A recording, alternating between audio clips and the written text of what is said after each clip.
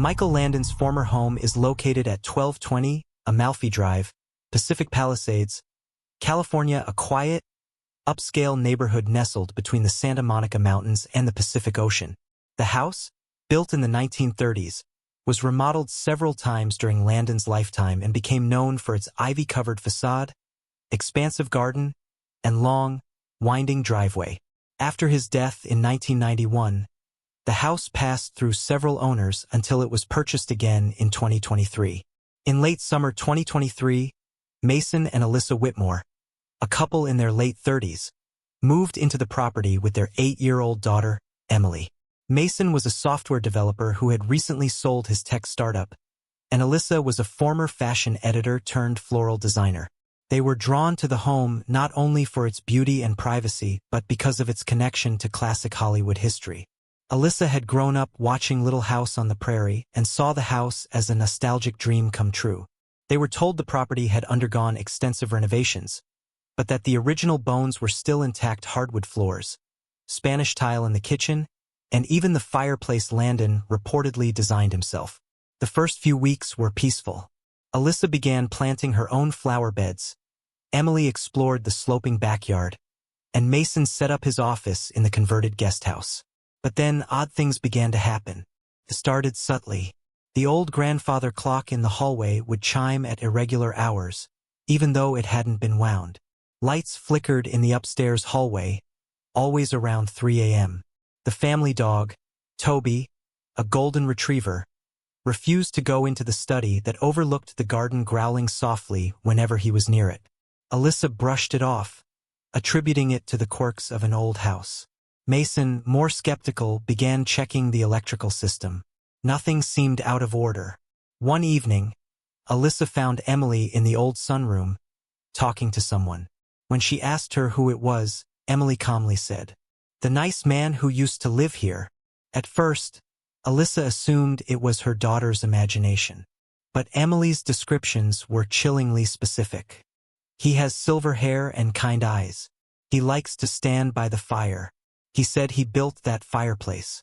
He watches us to make sure we're happy." When shown an old photo of Michael Landon from a Vintage People magazine, Emily pointed immediately. "That's him. That's the nice man." In October, things grew stranger. Alyssa would wake up to smelling cigar smoke in their bedroom, though neither she nor Mason smoked. Several times, she found old pages from scripts tucked under doors, all water-damaged and yellowing, despite the house being thoroughly cleaned before they moved in. Mason began to feel watched. He caught a glimpse of a shadowed figure in the reflection of his office window, even though no one was behind him. At night, doors would shut gently by themselves, and old orchestral scores from the 1970s would faintly play from the vintage intercom system that hadn't worked in years. Behind the house stood a small wooden bench beneath a sycamore tree, facing west toward the ocean. The realtor had told them it was Michael's favorite place to sit. One early morning, Alyssa stepped outside with coffee and was startled to find the bench already warm, as if someone had just been sitting there. Later that week, Emily told her mother that she and the nice man watched the sunrise together every morning from the bench. "He doesn't talk now. He just smiles." In December, an elderly woman showed up at the gate, introducing herself as Clare, a former housekeeper of the Landon family. She had seen the lights on from the road and was curious who had moved in. When invited in for tea, she quietly looked around the house, growing paler with each room. Before leaving, she stopped at the base of the stairs, turned to Alyssa and said, "He's still here, isn't he?" Alyssa didn't answer. Claire added almost tenderly, "Don't be afraid. He just doesn't want to be forgotten." As of now, the Whitmores still live in the house. The disturbances have become less frequent, and the family has made peace with the idea that Michael Landon's spirit might still linger, not with malice, but with memory. Alyssa often leaves fresh flowers near the fireplace. Emily no longer talks about the man in the sunroom, but she still sits quietly on the bench every morning, watching the sun rise over the Pacific. And once in a while, when the wind moves just right through the open windows, the house carries the smell of cigars and wood smoke, as if the man who built a life there had simply stepped out of the room and might return at any moment. Don't forget to subscribe and like if you liked this story. It was late January when the weather shifted in Pacific Palisades. The sky, once vivid and mercilessly blue, became a soft, moody gray. Rain came in light sheets, barely tapping the ivy that crawled across the outer walls of the house. Inside, the Whitmore residence had grown heavy with silence. The first floor, which had once seemed so warm with its arched doorways and ochre-colored tiles, now felt hollow like a place half asleep. Footsteps echoed just a touch too long. Mason noticed it first. He would walk from the kitchen to the foyer and feel as though someone had just walked out of the same room a heartbeat before him. He stopped using the old intercom system. It had begun crackling with strange, fragmented sounds. Once around 2 in the morning, it had emitted a burst of static followed by something like a man's voice muttering, "Roll camera." That same night, a light came on in the den without anyone touching the switch. At breakfast the next morning, Mason didn't bring it up. Alyssa had grown tired, always looking over her shoulder, always trying to make sense of dreams that clung to her after she woke. Dreams of long hallways and someone pacing at the far end, just out of view. Alyssa had taken to spending her afternoons in the study, the one that overlooked the west garden. It was lined with dark oak shelves and had a large window framed in iron. On clear days, sunlight would spill through and cast latticed shadows across the carpet. But lately, even on sunny afternoons, the window felt darkened, as if something outside it was absorbing the light. The air was different there, cooler, heavier. One Saturday, while reorganizing some old boxes left by the previous owners in the far corner of the study, Alyssa found a small notebook tucked behind the lowest shelf.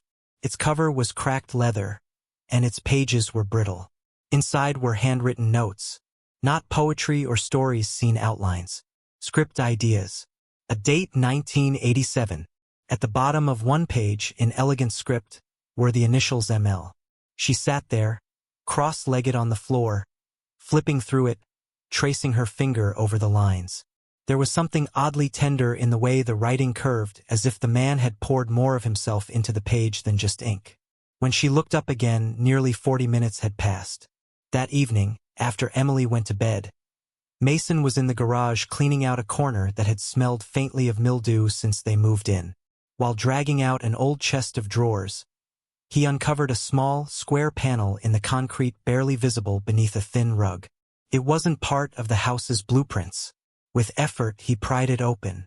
A short staircase led down into a narrow crawlspace lined with brick and old wood beams. It was too shallow to stand in, but deep enough to store items.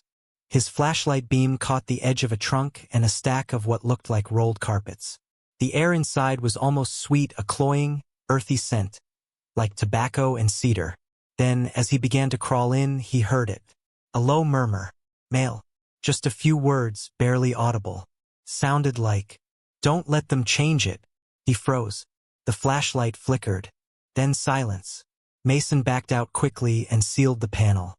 He never told Alyssa.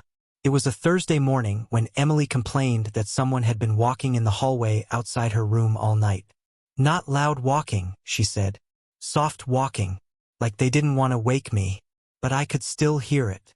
Mason stayed up that night. He sat on the hallway bench just beyond Emily's room, the house silent around him, except for the steady ticking of the grandfather clock downstairs. The air was still, cold. He didn't move. He just listened. At around 2:17 a.m., the faintest sound came from the staircase, the creak of a single step. He rose, heart thudding, and peered around the stairwell. Nothing. But when he returned to the hallway, something had changed. The air smelled faintly, unmistakably of aftershave. A vintage kind. And along the wall, a picture frame had fallen flat on its face. He picked it up. It was one of their family photos, now cracked straight through the glass. Alyssa found Emily sitting on the backyard bench just before dawn. The girl had wrapped herself in a blanket and was staring out toward the ocean, though the sky was still heavy with cloud. She didn't startle when her mother approached. She didn't even turn her head. "He was here again," Emily said softly. But he didn't say anything. He looked sad today. "I think he misses something." Alyssa sat beside her, swallowing the chill that had settled into her chest. "What does he miss, sweetie?" "I don't know," Emily answered, "but I think it's still in the house." The days that followed were strangely quiet, but not in a comforting way.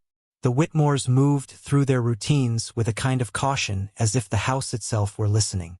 Even Toby, the dog, who used to bark at the mailman with joyful defiance, had become subdued, trailing behind Alyssa's heels like a shadow, never quite wagging his tail. Something had shifted. Alyssa noticed it most in the living room, specifically in the fireplace. It had always been a centerpiece. Wide, low, framed in red brick and hand-carved wood. They hadn't used it until recently. In late February, during a cold front, Mason had lit a fire to make the home feel cozier. The scent of burning pine and old mortar filled the room. That night, after Emily was tucked into bed and the house was still, Alyssa passed through the room alone. The fire had dimmed to coals, but the light it cast seemed unnatural, flickering in such a way that shadows clung to the walls longer than they should have. The mantel, though still, gave her the eerie impression that someone was sitting in front of it, just out of view, watching the flames, unmoving. She paused, her fingers gently grazing the back of the sofa. The atmosphere felt thick, not oppressive but charged, like static before a summer storm. And then she saw it. For the briefest moment, reflected in the dark glass of the cold TV screen, was the outline of a man. Seated, relaxed, shoulders wide, as if he'd just finished telling a story. But when she turned to face the room fully, there was no one there. She didn't scream. She didn't even breathe. She simply backed away slowly, and that night, she did not go back into the living room. The following week, Alyssa became obsessed with the idea of restoring the upstairs linen closet. It was a narrow, odd space beside the guest bedroom that hadn't been used since they moved in. Something about it always felt colder than the rest of the hallway, but she had convinced herself it was because the air vent above it had a draft. She cleared out the faded towels, reaching behind the deepest shelf to sweep out dust when her fingers struck metal. It took effort, but she pulled out a vintage Royal typewriter, heavy and black, its ribbon long dried. Its keys were sticky and dust-coated, and the carriage had rusted into place. But there was something oddly intimate about it, like finding an old friend in a hospital bed. Taped to the inside of its lid was a yellowing index card that read, "When I write, I remember. When I remember, I am not afraid.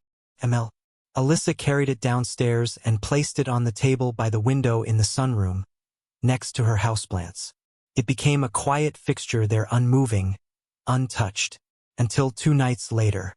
Mason found her at 3:12 a.m., standing in the dark of the sunroom, eyes fixed on the typewriter.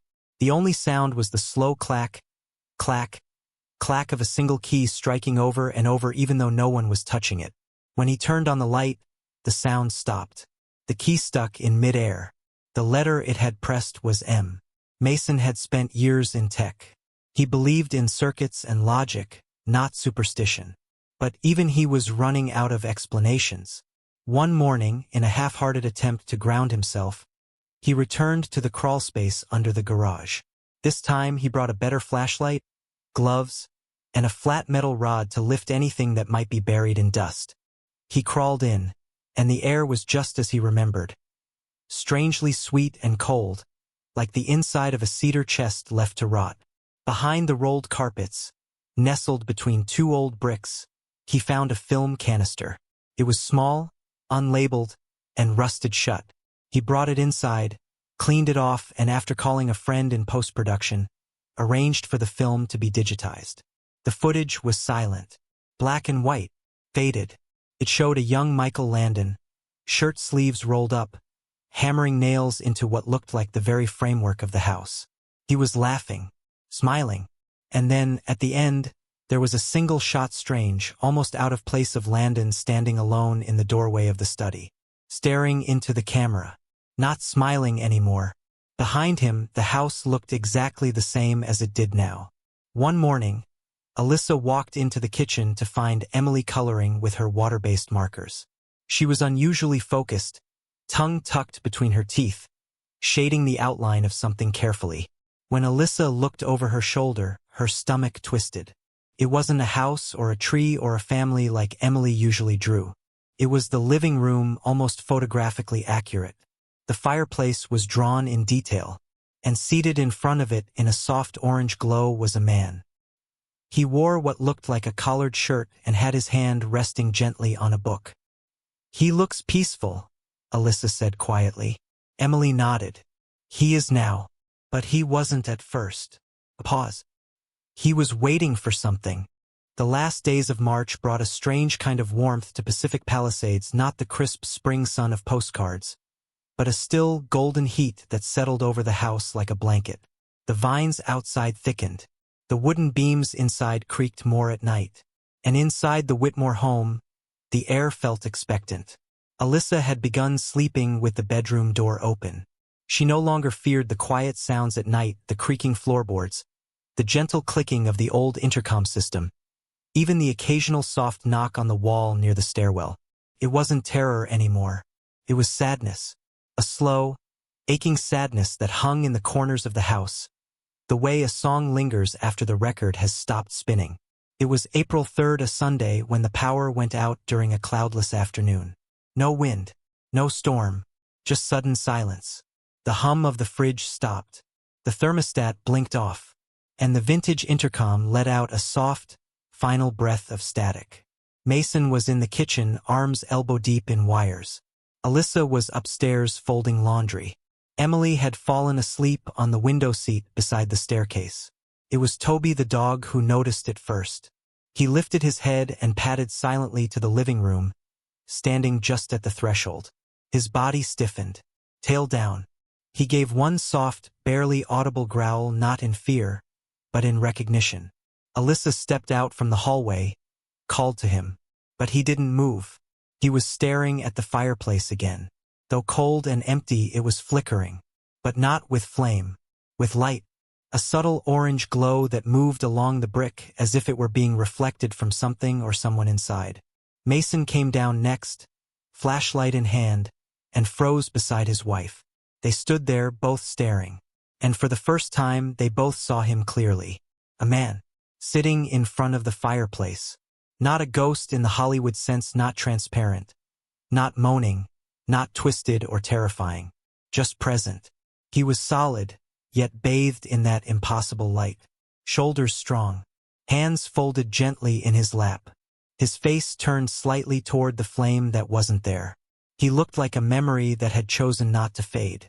Michael Landon, not the actor, not the celebrity, the man. Alyssa stepped forward. Slowly. The air grew warmer the closer she moved, as if the house itself was holding its breath. She didn't speak, and yet something passed between them. A message, a feeling. It was grief, but not new grief. Old sorrow, long endured, finally softening into peace. Michael, or whatever remained of him, turned toward her slightly. He didn't smile, but his eyes carried kindness, exhaustion, relief. In his lap was the old notebook Alyssa had found in the study, the leather-bound one, and then the light began to fade. Not instantly, gently, first from his face, then from his hands, then from the walls around him. The room dimmed, not into darkness, but into stillness. A final breath, the end of a long vigil. When he vanished, it was like someone had turned the page. The power returned 10 minutes later. Every light in the house blinked on at once, followed by the mechanical hum of the HVAC system and the confused chirp of the kitchen appliances resetting themselves. But something had changed. The air was different, brighter. The tension that had long clung to the baseboards and corners of every room was gone. That night, Emily didn't talk about the nice man at all. She simply said, "He's not coming back." Over the next few weeks, the Whitmores found themselves taking care of the house in a new way. Not as owners, but as keepers. Alyssa cleaned the fireplace brick by brick. She restored the typewriter and left it by the window in the sunroom, where it caught morning light. Mason resealed the crawlspace, but not before placing the old film canister and the notebook inside a wooden box, gently returning it to the cool earth below. Emily, for the first time since moving in, invited friends over. She laughed again. The house echoed with the sound of her piano lessons and Mason's footsteps above. And the house, the old, creaking, beautiful house, seemed to exhale. Every evening, Alyssa still sits on the wooden bench beneath the sycamore tree. She doesn't expect anything. She doesn't watch the shadows. She just listens to the wind through the leaves and watches the sun dip into the ocean, far beyond the hills. Sometimes, when the air is still, she can almost feel the warmth beside her. Not a presence, not a haunting, just memory, settled and still. Not every ghost is here to scare us. Some simply wait to be seen, to be remembered, and once they are, they go. Don't forget to subscribe and like if you liked this story.